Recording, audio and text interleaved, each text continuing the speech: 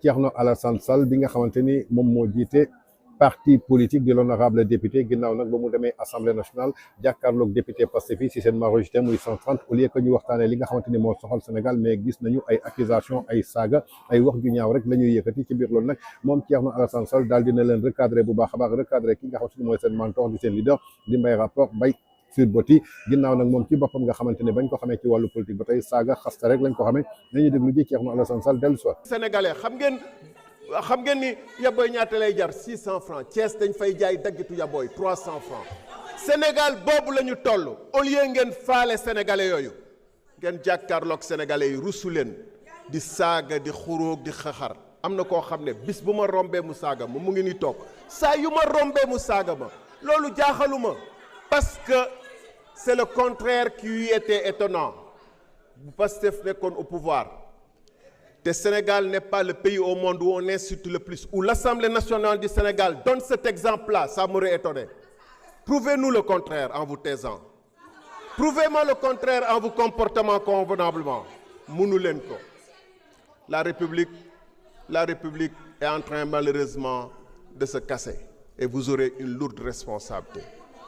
Ëllëg bu ñuy natt histoire du Sénégal dinañu fàttaliku les moments tristes que nous sommes en train de vivre fii ñu toll nii ci tey jii nii mu mel ni ASC xandaalu mooy def assemblée générale am que c'est pas des députés qui ont le punch de la République qui ont la dignité que la République leur confère ñoo nekk di waxtaan mais mel ni que lamb bu tas ngeen toog fii bañ a may sénégalais yi ñu wax seen xalaat ci loi bi.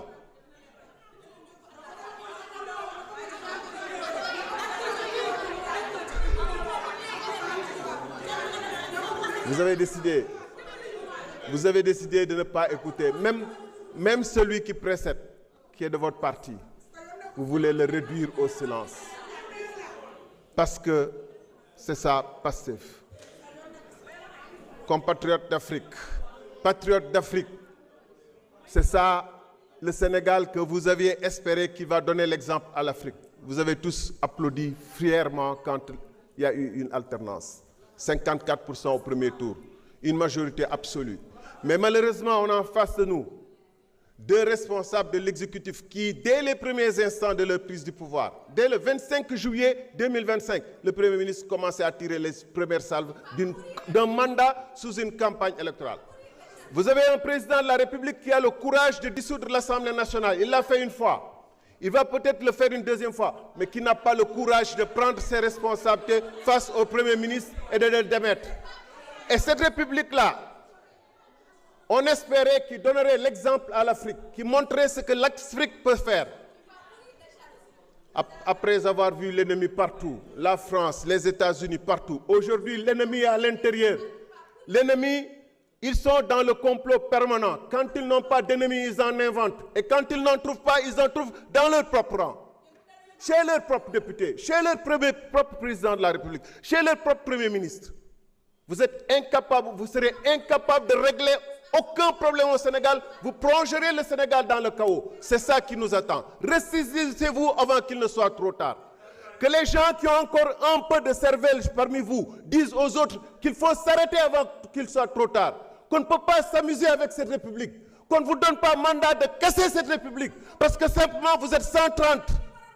Vous n'avez pas le droit de vous comporter ainsi et de donner un mauvais exemple. kon ñoo ko déggandoo muy kaddu Thierno Alassane Sall yi nga xamante ni mi ngi doon recadré bu baax a baax député yi nga xamante ni ñoom ñoo nekk ci parti bi di Pastef nekk majorité fële ci Assemblée nationale moom Thierno Alassane Sall xamal ne ni ko daal am na député boo xamante ni saa yu ko rombee daal mu daal di koy saaga lu waral nag député boobu di ko saaga ndaxte saaga dafa bokk ci seen adrénaline saaga dafa bokk ci seen deret saaga dafa bokk ci li nga xamante ni mooy seen veine ndaxte ki tax tey jii ñoom ñu toog foofu Assemblée nationale di seen leader di Mbaye Rapport Mbaye det caché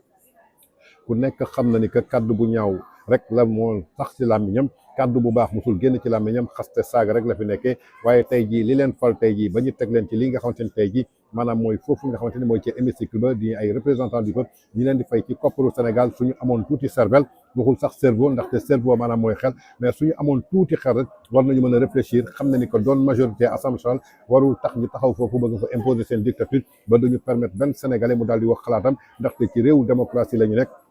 ku nekk dafa libre tey jii pour wax xalaatam waaye ñoom comme dañuy attaqué nañu président Macky Sall attaqué nañ fi opposition bi tey bi nga xamante ni ñoom ñoo nekk ci biir pouvoir bi gisootuñu ku ñu attaqué ñoom ci seen bopp ñooy nekk di attaquante seen biir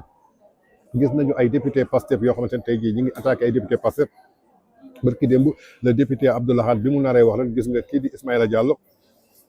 Cheikh Thioro Mbacké ak Cheikh Bara Ndiaye lu ñu jógee doon ko attaqué ndaxte moom li mu doon wax mooy xalaatam te ñoom du ñu wax seen xalaat lenn rek la ñuy wax mooy lu neex ki nga xamante ne mooy Mbaye Rapport lu neex ki nga xamante ne mooy Mbaye Sweet Beauté alors que tey jii réew warul doxee noonu démocratie dafa war a sukkandiku ci li nga xamante ne tey jii mooy liberté d'expression nit ku nekk nga jàpp ne que yow sax xalaat fu mu yem xalaatu keneen foofu la tàmbale waaye tey jii moom Thierno Alassane Sall ni député Pastef yi mel du ko bett ndaxte jàpp ne que daal ay xar lañu tey jii takk xar sax sa kër moo ëpp njëriñ ndaxte soo ko joxee ngooñ di ko jox ripaas di ko jox ndox muy naan bés dina ñëw nga am soxla ci moom jaay ko am xaalis faje ko sa bopp wala nga rendi ko am ci li nga xamante ne mooy ndawal waaye député Pastef yi yar leen ci biir kër maanaam yar xar sax moo gën en tout cas mu doon daal tontu boo xamante ni moom Thierno Alassane Sall tontu na ko daal dof yi nga xamante ni ñoom ñoo jàppee seen bopp ay député Pastef te dara yóbbuwu leen fa ndaxte xel ci boppam la ñu amul